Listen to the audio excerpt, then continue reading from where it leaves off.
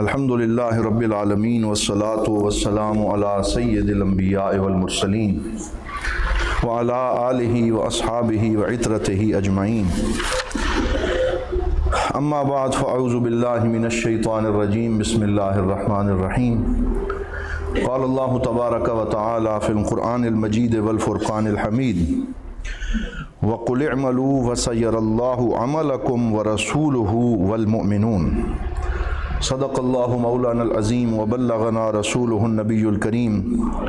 تمام احباب محبت سے حضور صلی اللہ علیہ وسلم کی بارگاہ میں درود پاک پڑھیے۔ الصلاۃ والسلام علیک یا سیدی یا رسول اللہ، الصلاۃ والسلام علیک یا سیدی یا حبیب اللہ، الصلاۃ والسلام علیک یا رحمۃ للعالمین وعلی آلک واصحابک یا سیدی یا شفیع المذنبین۔ بعد از حمد و صلات، معزز و محتشم برادران اسلام، اللہ رب العزت کے فضل و کرم سے ہم سب جمعۃ المبارک کی نشست میں حاضر ہیں۔ آج 27 جمادی الثانی ہے اور چند ہی دنوں میں ماہ رجب شریف کا آغاز ہوا چاہتا ہے۔ اللہ کریم ہمیں رجب، شعبان اور پھر رمضان المبارک کی سعادتیں اور برکتیں نصیب فرمائے۔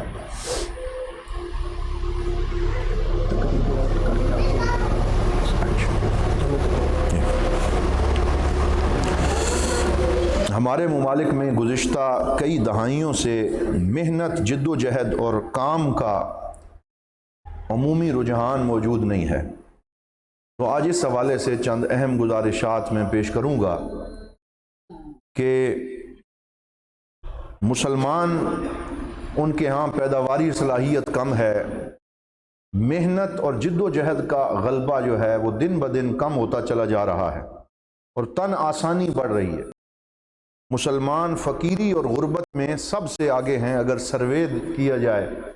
اور پوری دنیا کے نقشے اور گلوب کو گھما کے آپ بے شک آنکھیں بند کر لیں اور دنیا کے نقشے پہ جس جگہ آپ ہاتھ رکھیں، وہاں آپ کو جو مسلمان طبقہ نظر آئے گا وہ کثرت سے فقیری اور غربت کا شکار نظر آئے گا۔ یہ ایک عمومی تاثر ہے جو پوری امت مسلمہ کے اندر موجود ہے، اور اس غربت اور فقیری کا تعلق دین سے بھی بنایا گیا ہے، اور یہ کہا گیا ہے کہ اگر خود احتسابی کی نظر سے دیکھیں تو گزشتہ 100 سالوں کے اندر ایک کلچر پروموٹ کیا گیا ہے اور ایک طریقہ کار پروان چڑھایا گیا ہے، اور وہ یہ ہے کہ اس سلسلے میں دینی نصوص کو استعمال کیا گیا کہ غریبی اللہ کو پسند ہے اور فقیری اللہ کو بڑی محبوب ہے، تو اس میں کسی خاص فقر کی پہچان کے بجائے ہر قسم کی فقیری کی ستائش جو ہے وہ کی گئی کہ دین میں پسندیدہ یہ ہے کہ انسان فقیر رہے، اور پھر یہ ذہنیت اتنی زیادہ راسخ ہوتی چلی گئی کہ لوگ آہستہ آہستہ اسی بات پہ یقین کرنا شروع ہو گئے، اور وہ یہ کہنے لگے کہ ہمارے آقا مولا حضرت محمد الرسول اللہ صلی اللہ علیہ وسلم فقیر تھے اور فقراء کو پسند فرماتے تھے، اور حضور نے فقر کی ترغیب اور دعوت دی ہے۔ تو یہ پوری ایک پرسپشن کریٹ ہو گئی اور ایک تصور ابھر کے سامنے آ گیا کہ حضور صلی اللہ علیہ وسلم نے فقیری کو غنا اور دولت مندی پر ترجیح دی، اور اسی وجہ سے یہ بیان کیا جاتا ہے کہ بھوک کی وجہ سے حضور صلی اللہ علیہ وسلم اپنے پیٹ پہ پتھر باندھا کرتے تھے، حالانکہ یہ واقعہ سرکار دو عالم صلی اللہ علیہ وسلم کی زندگی میں صرف ایک دفعہ پیش آیا، اور وہ بھی غزوہ خندق کے دوران، جب خندق کھودی جا رہی تھی تو حضور صلی اللہ علیہ وسلم نے دیکھا کہ سارے باقی صحابہ کرام جو ہیں وہ خندق کھودنے میں محنت کر رہے ہیں، اور اس وقت بھوک کا عالم بھی تھا، تو اس وجہ سے آپ نے یہ کیا۔ لیکن زندگی میں ایک دفعہ ہونے والے واقعے کو پوری کی پوری زندگی پہ حاوی کر کے بیان کیا گیا کہ گویا ہر روز ہی ایسا تھا کہ جس میں صرف فقیری اور غربت نعوذ باللہ موجود تھی۔ تو یہ ذہنیت تمام مسلمانوں میں راسخ کر دی گئی کہ وہ کوئی بڑی سوچ نہ سوچ سکیں، کاروبار کو وسعت نہ دیں، اور فقیری پر قناعت کر کے ہاتھ پہ ہاتھ دھرے بیٹھے رہیں۔ اور یوں ہمارے ملکوں میں جو پاورٹی ریٹ ہے وہ بڑھتا چلا گیا، غربت کی نسبت بڑھی، اور ہزارہا بلکہ لاکھوں لوگ غربت کی لکیر سے بھی نیچے چلے گئے، گدا گر بڑھے، منگتے بڑھے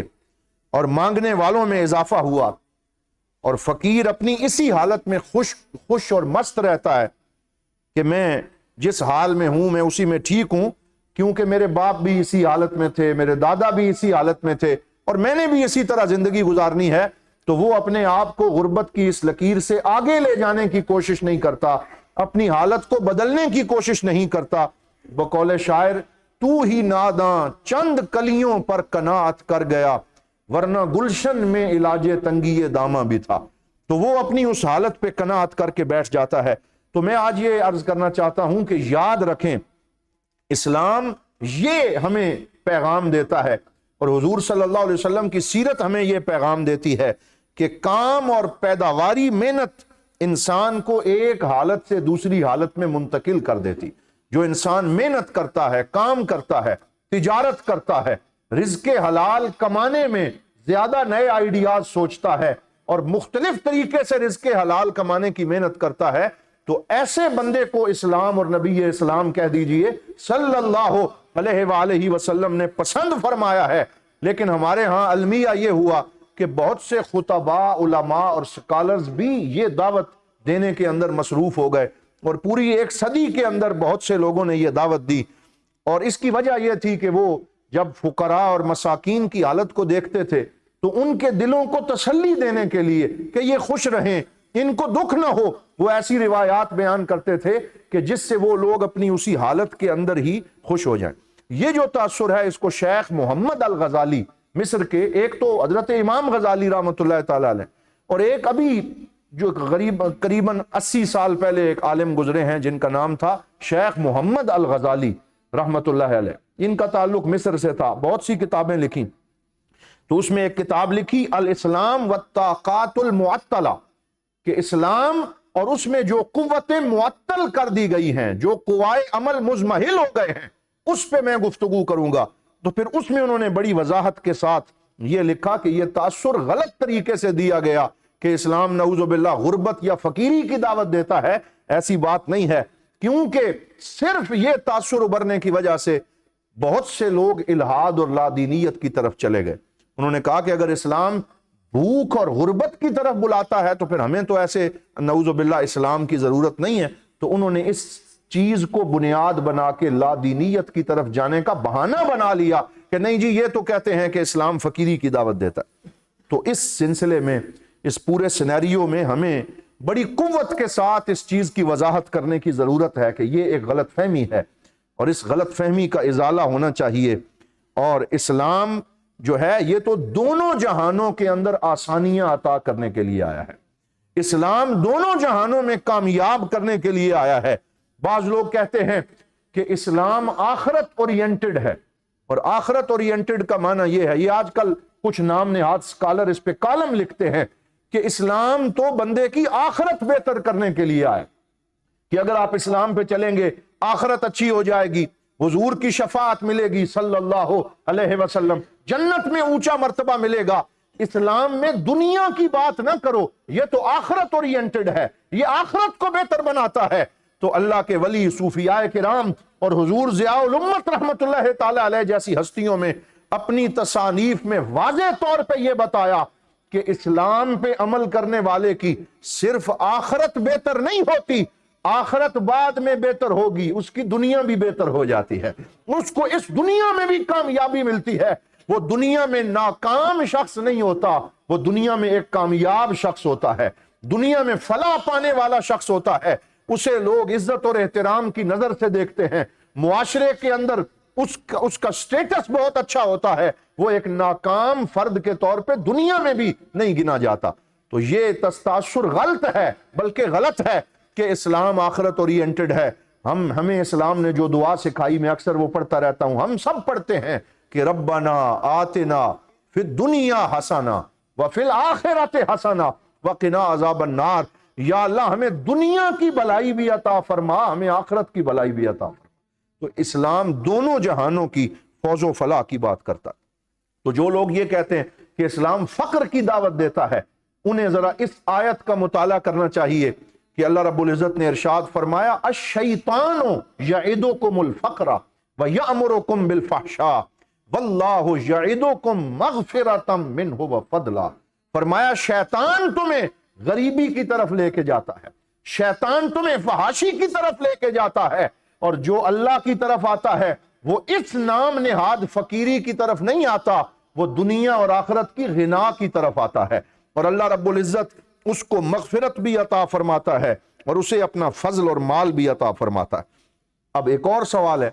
کہ قرآن مال کو کس نظر سے دیکھتا ہے، اس تصور کو بھی صحیح کرنے کی ضرورت ہے۔ اللہ رب العزت نے قرآن میں ارشاد فرمایا وَلَا تُؤْتُوا السُّفَهَاءَ أَمْوَالَكُمْ، کہ بے وقوف لوگوں کو اپنے مال نہ دو، اپنے مال وہاں پہ انویسٹ نہ کرو جو تمہارے مال ضائع کر دیں اور تم سے مال ہتھیا کے انہیں اللے تللے میں اڑا دیں اور تمہیں اس کا کوئی بینیفٹ اور کوئی سرمایہ اور منافع نہ دیں۔ وَلَا تُؤْتُوا السُّفَهَاءَ أَمْوَالَكُمْ، آگے کیا فرمایا؟ فرمایا الَّتِي جَعَلَ اللَّهُ لَكُمْ قِيَامًا، فرمایا یہ مال وہ ہے جس سے اللہ رب العزت نے دنیا کے اندر تمہیں قیام عطا فرمایا، یعنی تمہارے امور اسی مال سے اللہ رب العزت نے دنیا میں چلائے ہیں۔ تو اس اعتبار سے مالی وسائل کی بھی اپنی اہمیت ہے، اور جن ملکوں نے اس چیز پہ فوکس کیا ہے، اس چیز پہ توجہ دی ہے، وہ ہم سے کئی گنا آگے نکل گئے۔ اگر آپ چائنا کو دیکھیں تو اس کی آبادی ہم سے کئی گنا زیادہ ہے اور ان کے مسائل بھی ہم سے کئی گنا زیادہ تھے، لیکن چائنا نے کیا کیا؟ انہوں نے گھریلو صنعتوں کو رواج دیا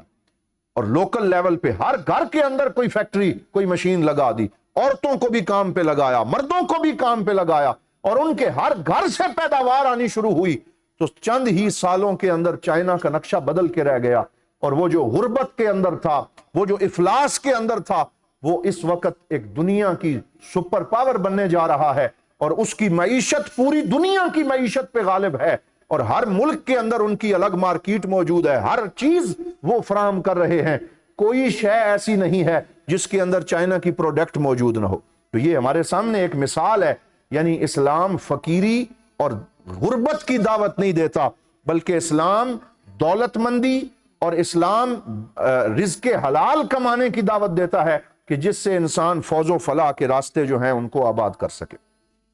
حضور صلی اللہ علیہ وسلم نے حضرت انس ابن مالک کے لیے دعا فرمائی اللہم کسر مالہ، یا اللہ انس میرا غلام ہے، اس کی عمر کو لمبا کر دے، اس کے مال کے اندر برکت عطا فرما دے۔ اور باقی لوگوں کا باغ سال میں ایک دفعہ پھل دیتا تھا، اور حضرت انس ابن مالک کا باغ سال میں 2 دفعہ پھل عطا کیا کرتا، اور اللہ رب العزت نے جب ان کا وصال ہوا تو وہ غنی تھے اور ان کو بہت زیادہ مال و دولت اور رزق حلال بھی عطا فرمایا۔ حضرت سیدنا عمر ابن عاص رضی اللہ تعالی عنہ صحابی رسول ہیں،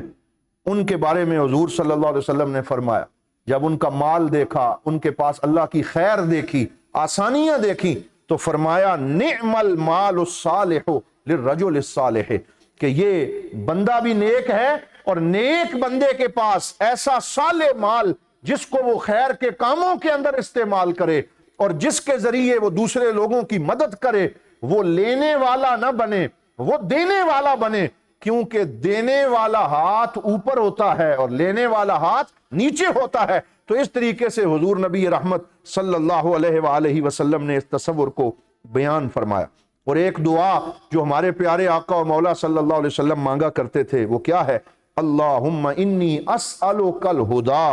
والتقی والعفاف والغنی۔ آپ بھی ذرا مل کے میرے ساتھ پڑھ لیں، اللہم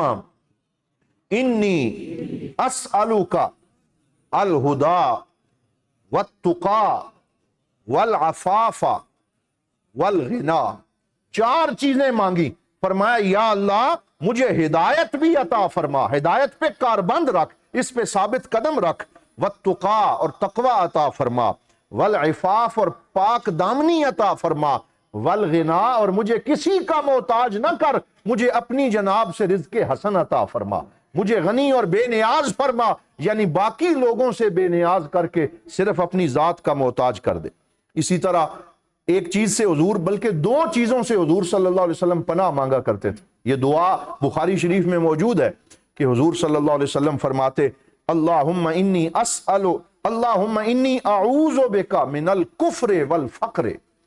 کہ یا اللہ میں تجھ سے دو چیزوں سے تیری پناہ مانگتا ہوں، ایک کفر سے پناہ مانگتا ہوں اور دوسری فقر سے پناہ مانگتا ہوں۔ تو ایک فقر مذموم ہے اور ایک فقر محمود ہے، اور یہ ساری جو چیز ہے ہمارے اسلاف کی کتابوں میں اس پہ پوری بحثیں موجود ہیں کہ فقر مذموم کون سا ہے اور فقر ممدوح کون سا ہے۔ اور ایک مقام پہ حضور صلی اللہ علیہ وسلم نے فرمایا، مشکات شریف میں حدیث پاک ہے، کاد الفقر ان یکون کفرا، کہ قریب ہے کہ یہ جو فقر اور غربت ہے یہ کفر تک لے جائے، کیونکہ جو اس طریقے سے غریب ہوتا ہے کہ جس کو اس کے جو ہے وہ رزق نہ مل رہا ہو، اس کے لیے رزق حسن نہ مل رہا ہو، اسباب مہیا نہ ہو، پھر نعوذ باللہ وہ اللہ رب العزت کے بارے میں بھی اس کے ذہن میں عجیب و غریب تصورات پیدا ہوتے ہیں اور وہ کفر تک چلا جاتا۔ تو یہ ساری چیزیں اسلام میں حضور صلی اللہ علیہ وسلم نے بیان فرمائیں، اور حکیم الامت قلندر لاہوری عاشق رسول حضرت علامہ محمد اقبال رحمۃ اللہ تعالی علیہ نے یہ جو دونوں قسم کے فقر ہیں، ایک غریبی اور ایک فقر استغنا کے معنی میں ہے اور بلند نگاہی کے معنی میں ہے، ان دونوں میں فرق کرتے ہوئے اس پہ کلام لکھا اور بہت سے اشعار موجود ہیں۔ مثلا ایک جگہ وہ فرماتے ہیں، ایک فقر سکھاتا ہے صیاد کو نخ چیری، ایک فقر سے کھلتے ہیں اسرار جہانگیری، ایک فقر سے قوموں میں مسکینی و دل گیری، ایک فقر سے مٹی میں خاصیت اکسیری، ایک فقر ہے شبیری، اس فقر میں ہے میری اور سرمایہ مسلمانی، اور میراث مسلمانی سرمایہ شبیری۔ تو آپ نے بہت ساری جگہوں پہ اسے فقر غیور قرار دیا، اور ہمارے حضور غریب نواز حضرت ضیاء الامت رحمت اللہ تعالی علیہ اکثر اس فقر غیور کا نام لیا کرتے تھے، اپنے خطابات کے اندر، اپنی گفتگو میں اپنے تلامذہ کو اسی فقر غیور کی دعوت دیا کرتے تھے۔ اور حضور نبی رحمت صلی اللہ علیہ وآلہ وسلم نے اسی فقر کو غنا کے اوپر ترجیح دی، اور آپ صلی اللہ علیہ وسلم کے بارے میں اللہ رب العزت نے قرآن میں ارشاد فرمایا، وَوَجَدَكَ عَائِلًا فَأَغْنَا، کہ ہم نے آپ کو کثیر العیال پایا تو پھر آپ کو غنی کر دیا، آپ کو بہت زیادہ وسائل عطا فرما دیے۔ اور پھر انہوں نے اپنی کتاب میں حضرت شیخ محمد الغزالی نے حضور صلی اللہ علیہ وآلہ وسلم کی اخراجات اور پھر آپ کی آمدن کے ذرائع وہ سارے لکھے ہیں، تاکہ اس کی روشنی میں ہمیں پتہ چلے کہ ہمارے پاک نبی صلی اللہ علیہ وآلہ وسلم کا مقام کیا تھا۔ انہوں نے لکھا کہ میرے اور آپ کے پیارے آقا کہہ دیجئے صلی اللہ علیہ وآلہ وسلم ایک نہیں، دو نہیں، 12 گھروں کی کفالت فرمایا کرتے تھے،